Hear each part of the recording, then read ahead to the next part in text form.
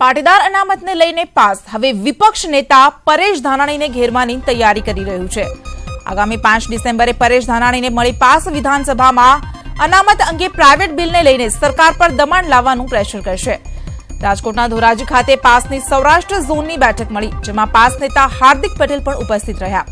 મીટિંગમાં અનામતને લઈને આગામી આંદોલનની રણનીતિની ચર્ચા થઈ।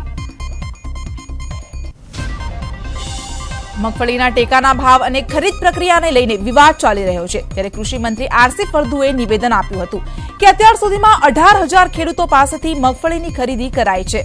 કિસાન સંઘ અને પુરવઠા વિભાગ સાથે મીટિંગ બાદ એ પણ નક્કી કરવામાં આવ્યું છે કે ખરીદીની પ્રક્રિયા વધુ ઝડપી બનાવવા માટે મજૂરોની સંખ્યા વધારવામાં આવશે।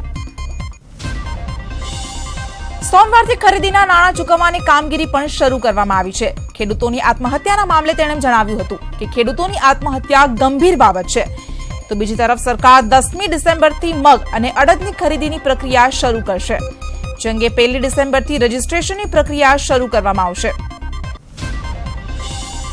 ભાજપના પૂર્વ એમએલએ લાલજી મેર ભાજપમાંથી રાજીનામું આપીને કોંગ્રેસમાં જોડાયા છે, ત્યારે તેઓએ ભાજપ પર પ્રહાર કરતા જણાવ્યું કે ખેડૂત વિરોધી સરકાર હોવાથી ભાજપમાંથી તેઓએ રાજીનામું આપ્યું છે અને તેમણે જણાવ્યું કે જસદણમાં કોંગ્રેસને જીતાડવા માટે તેઓ પૂરી મહેનત કરશે।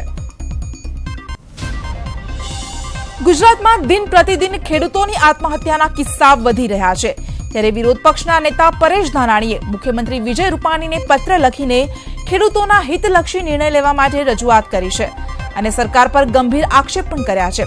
તેમણે જણાવ્યું છે કે ગુજરાતમાં છેલ્લા 30 દિવસમાં 18થી વધુ ખેડૂતોએ પાક નિષ્ફળ જવાના કારણે આત્મહત્યા કરી છે।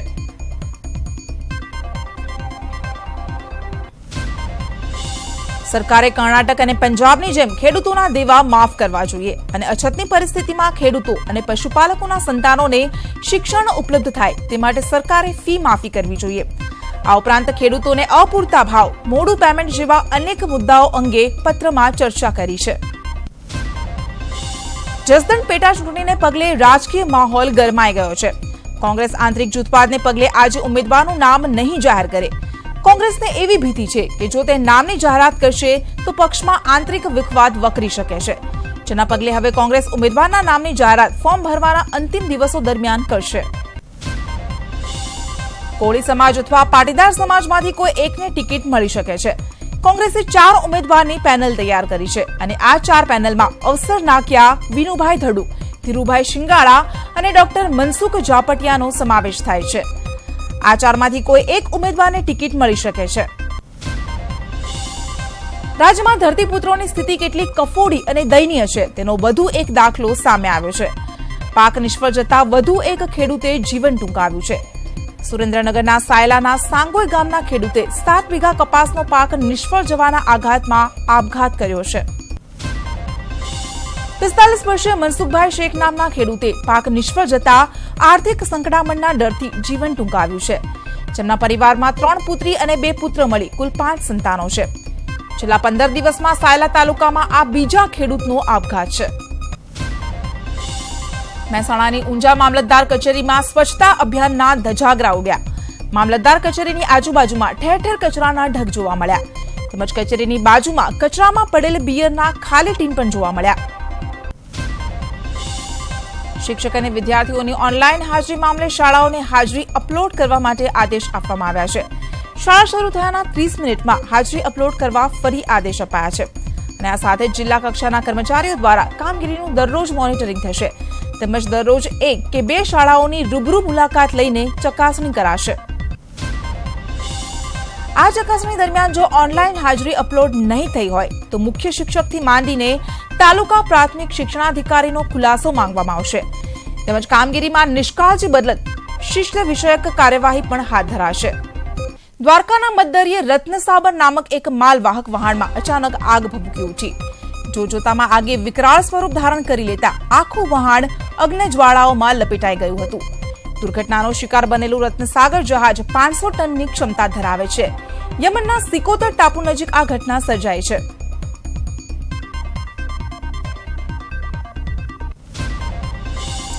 ગાંધીનગરમાં સચિવાલય કેમ્પસમાં ફરી એકવાર દીપડાની દહેશત ફેલાઈ છે। સચિવાલય પાસે ફરી દીપડાના પગલા મળી આવતા પાંજરા મુકાયા છે। પુનિતવન અને નર્મદા ઘાટ પાસેના વિસ્તારમાં દીપડાના પગલા મળી આવ્યા છે. અગાઉ ધનતેરસના દિવસે પુનિતવન વિસ્તારમાં જ દીપડો ઘૂસી આવ્યો હતો. તેવામાં ફરી દીપડાના પગલા મળતા વન વિભાગ દોડતું થયું છે. દાહોદમાં ધાનપુરના જંગલ વિસ્તારમાં આદમખોર દીપડાને ઝડપવાની કવાયત તેજ કરવામાં આવી છે. સાસણગીરથી આવેલ ટ્રેકિંગ ટીમ દ્વારા જંગલના વિસ્તારમાં સર્વે શરૂ કરાશે.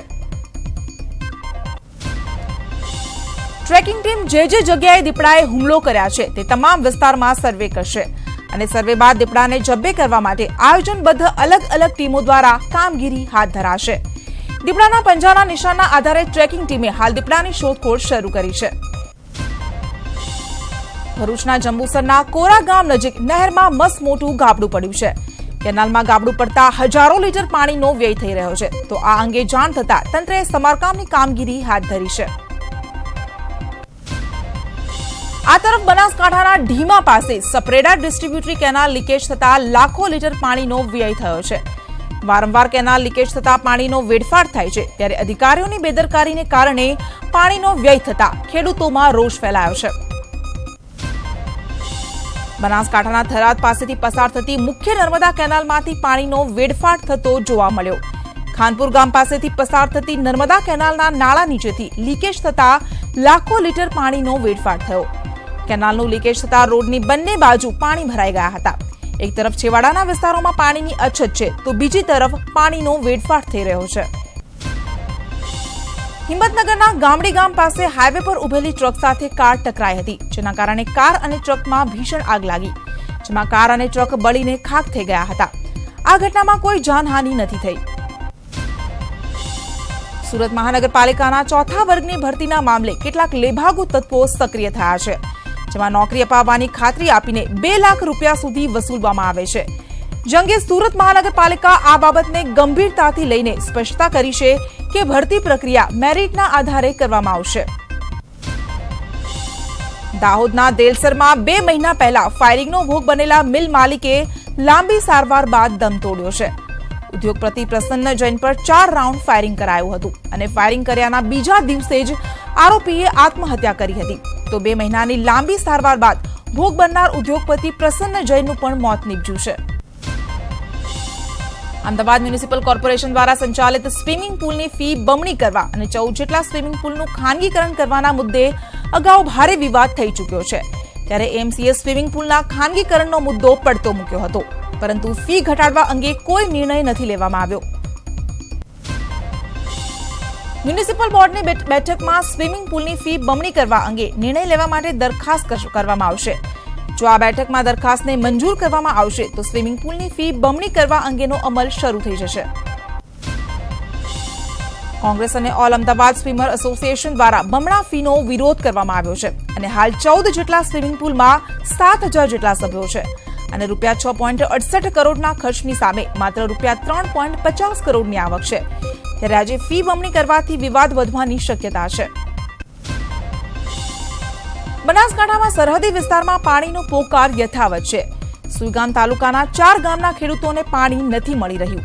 ખેડૂતોએ વારંવાર રજૂઆત કરી તેમ છતાં કોઈ પરિણામ ન મળતા સુઈગામના રડાસણ અને માતપુરા ખેડૂતો નાયબ કલેક્ટર કચેરી ખાતે પહોંચ્યા અને જો ખેડૂતોની માંગ નહીં સંતોષાય તો 2 દિવસ બાદ ખેડૂતો ઉપવાસ પર ઉતરશે. સુરેન્દ્રનગર જિલ્લાના લખતરમાં બુધવારે ખેડૂતો દ્વારા બંધનું એલાન કરાયું છે. કેનાલમાંથી બફનળી હટાવી દેવામાં આવતા ખેડૂતોએ વિરોધ કર્યો હતો અને કેનાલમાંથી પાણી લેવાના મુદ્દે ખેડૂતોનો તંત્ર સામે ભારે રોષના પગલે લખતરમાં સવારથી જ દુકાનો અને બજાર બંધ જોવા મળ્યા. સુરતની લાલ દરવાજા પટેલવાડી પાસે મેગા ડિમોલિશન હાથ ધરાયું છે. 700 થી વધુ ઝૂંપડાઓનું મહાનગરપાલિકાની દબાણ હટાવો ટીમ દ્વારા ડિમોલિશન કરાશે. જોકે આ કામગીરીનો કોંગ્રેસના કોર્પોરેટર દિનેશ કાછડિયાએ વિરોધ કર્યો છે. ડિમોલિશનના વિરોધમાં દિનેશ કાછડિયા ઉપવાસ પર ઉતર્યા છે. કતારગામ ઝોનમાં પાણીની સમસ્યા હલ કરવા ટાંકી બનાવવા માટે જગ્યા ખુલ્લી કરવા માટે ઝૂંપડાવાસીઓને 6 મહિના પહેલા જ આવાસ ફાળવી દેવાયા છે. તેમ છતાં ઝૂંપડા ખાલી નહીં કરવામાં આવતા મહાનગરપાલિકાએ લાલ આંખ કરી છે.